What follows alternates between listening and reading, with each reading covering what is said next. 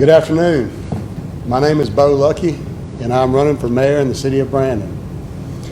For those of you who don't know me, I was born and raised here in Brandon, graduated from Brandon High School. Growing up in Brandon was one of the greatest things that could ever happen to me. I spent most of my time on the baseball fields at Shiloh Park, just like many do today. My father and my mother both still live in Brandon. My father is a retired state trooper. My mother retired from the county. So it's safe to say that public service and government work is all I've ever known. Myself, for the last 10 years, have been working for the Attorney General's office. Prior to that, my first job in my adult career was right here in the city of Brandon, at the Brandon Police Department.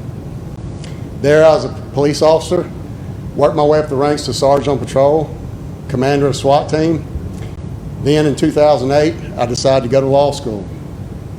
Went to Mississippi College School of Law. While in law school, I continued to be employed with the city of Brandon. After graduating law school was when I decided to move up to the Attorney General's office. Now at the Attorney General's office, for those of you that don't know a little bit about my background, at the Attorney General's office, I work for the Consumer Protection Division. I'm an investigator for white-collar crimes. Now what we do on a daily basis is we handle complaints on a statewide level, sometimes outside state on a federal level, dealing with sometimes millions of dollars of losses. That right there is key to my success here in the city of Brandon. That's something that sets me apart from most other candidates. Because see, what I've been doing for the last 10 years is when people come in, they bring in their financial reports, their financial statements. They say, look at this. Look at how much I've lost. Look at what's been done to me. I need help. My job is to go in, pick apart those financial statements, find out where the loss is, find out who did it, what happened to the money. Then we have to put this plan together to take it to a court and be successful in a prosecution.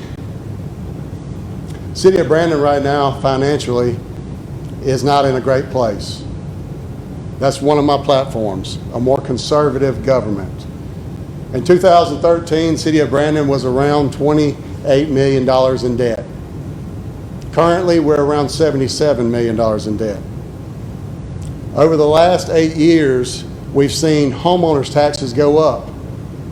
We've seen our water rates go up. But what we haven't seen is substantial economic growth to try to support the city of Brandon. That's what we need. And I know this sounds redundant because a lot of the other candidates have spoken to the same thing. We need more substantial growth in the city of Brandon in order to alleviate the burden of taxes on the average homeowner. When I decided to run for mayor of Brandon, it was approximately 2 years ago. I was at a city hall meeting, and several other residents in the city of Brandon had the same concerns I did.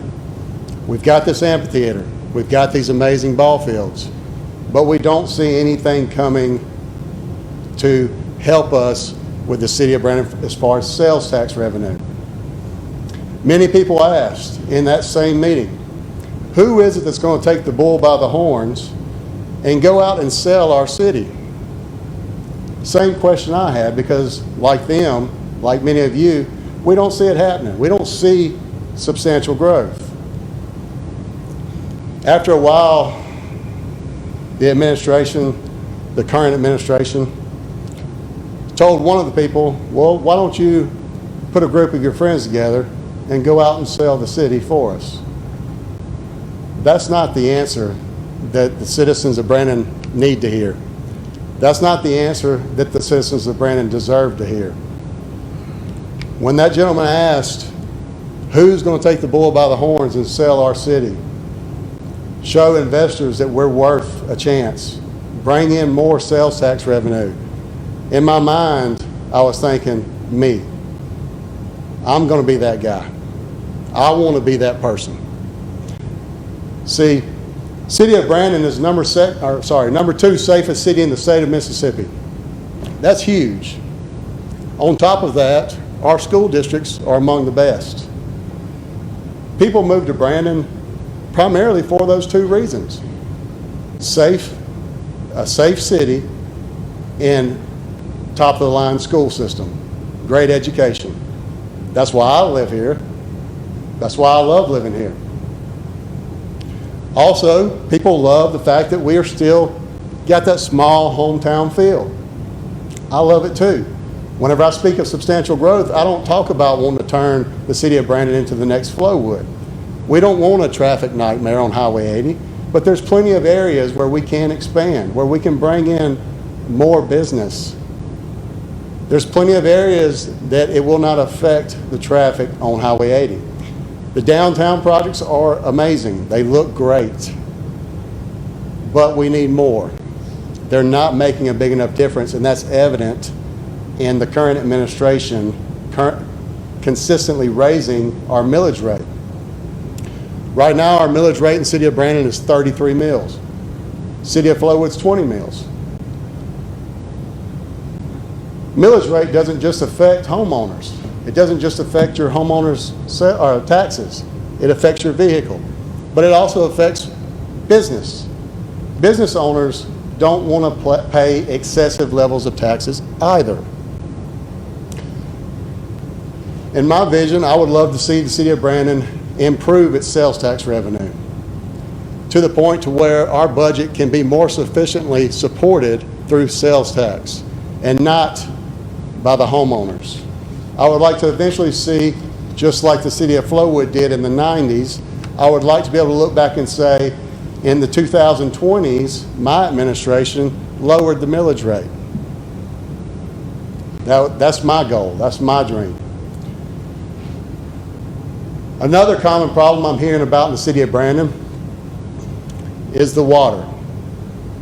I've looked into it. I've talked to people who know about the water. I don't like paying the high water either. I can assure you that while I don't have the answer to the water rates and why they are as high as they are and how much we can help you with that, I can assure you that we will work on that. We will try to find some sort of relief in that area. It's my understanding, talking to several people that do know a lot about the water, there's not a whole lot of help that can be had there. Maybe a few dollars a month. It's also a concern of mine, though, that this new West Rankin water treatment plant is going to cause our rates to go up even more.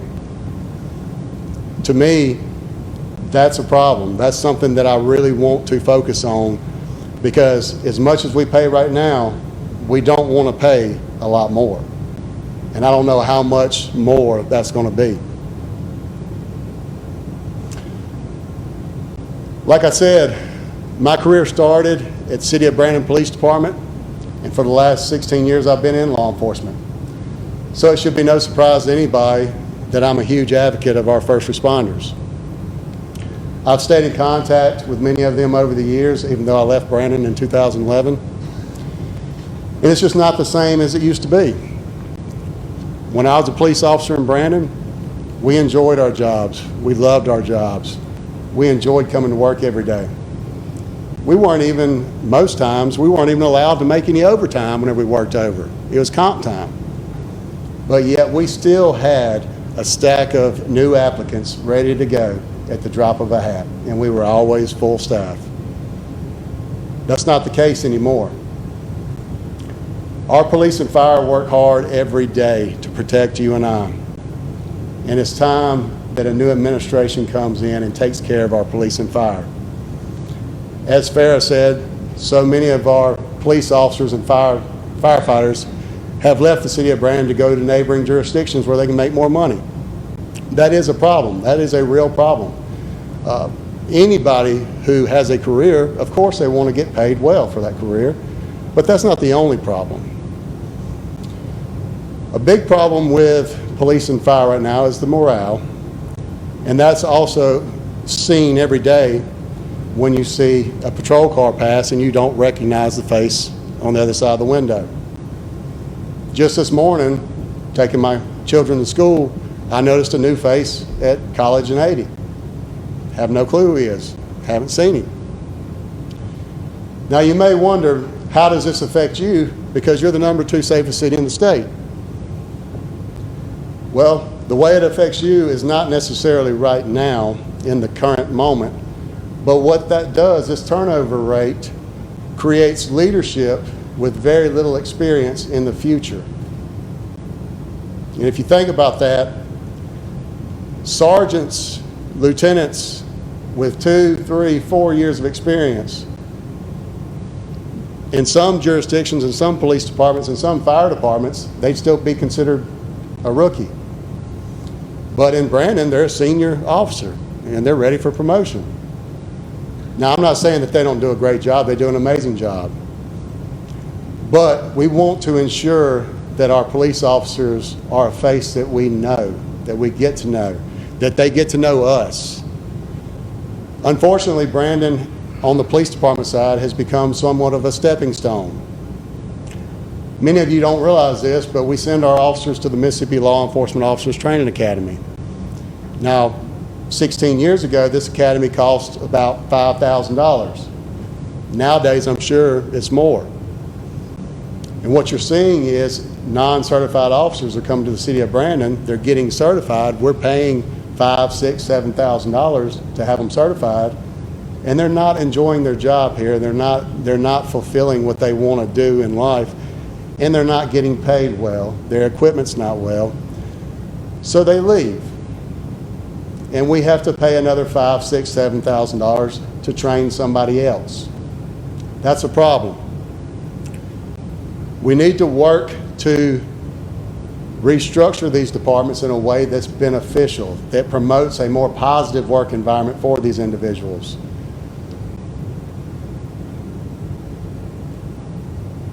We also must look at a plan and set a plan in place to help get our pay up to par with surrounding agencies. Now, whenever I speak to police and fire, I'll make sure I tell them right out the gate, if I'm elected mayor, I can't walk in, wave a wand, and give everybody a raise. It's not going to happen. But what I can assure you is that we will develop a plan, an incentive plan, to maintain the personnel that we have. We will work hard to turn the morale around to be able to fill the empty positions that we have now and become full staff. Now, like other candidates have said, another major issue is infrastructure. Many people I speak to throughout the city of Brandon, they talk about the water infrastructure, the leaks, things of that nature. That is a real issue. In dealing with these problems, that goes along with my conservative platform as well, and transparency.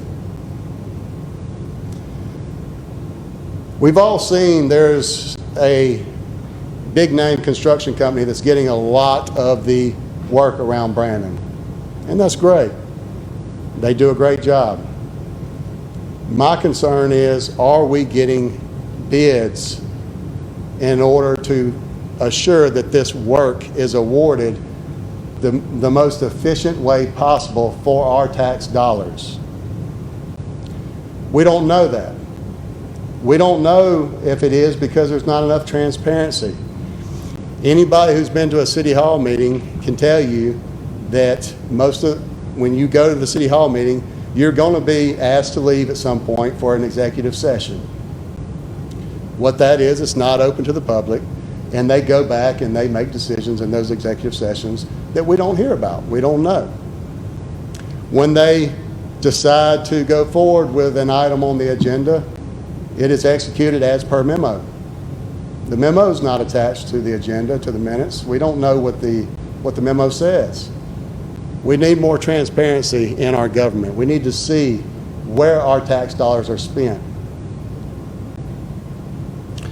What's surprising about this well-known construction company that's doing a lot of work in our city is they were recently outbid on a downtown Brandon water improvement project by $839,000. Now, that's alarming to me. That's very alarming. Because if they're being outbid by $839,000 on one project that was open to the public for bidding, how high are they on every other project that's not open to the public for bidding? And that's what we need to know. And we don't right now. Under my administration, I pledge to be a more transparent official, more conservative. Also, I pledge to be the face of the city, to showcase our city, to bring in more investments, to provide more substantial sales tax revenue increases, so that hopefully we can lessen the burden of tax dollars on the homeowners. Under my administration, I pledge to listen to the public. Not only the public, but business owners. We need to be more of a partner with business owners. We need to listen to our business owners.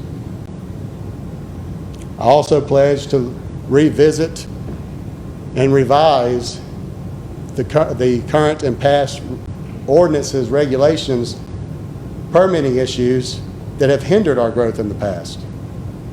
I can't tell you how many times I've spoke to business owners outside the city of Brandon who have said, we tried to come to Brandon first, but there's always a but.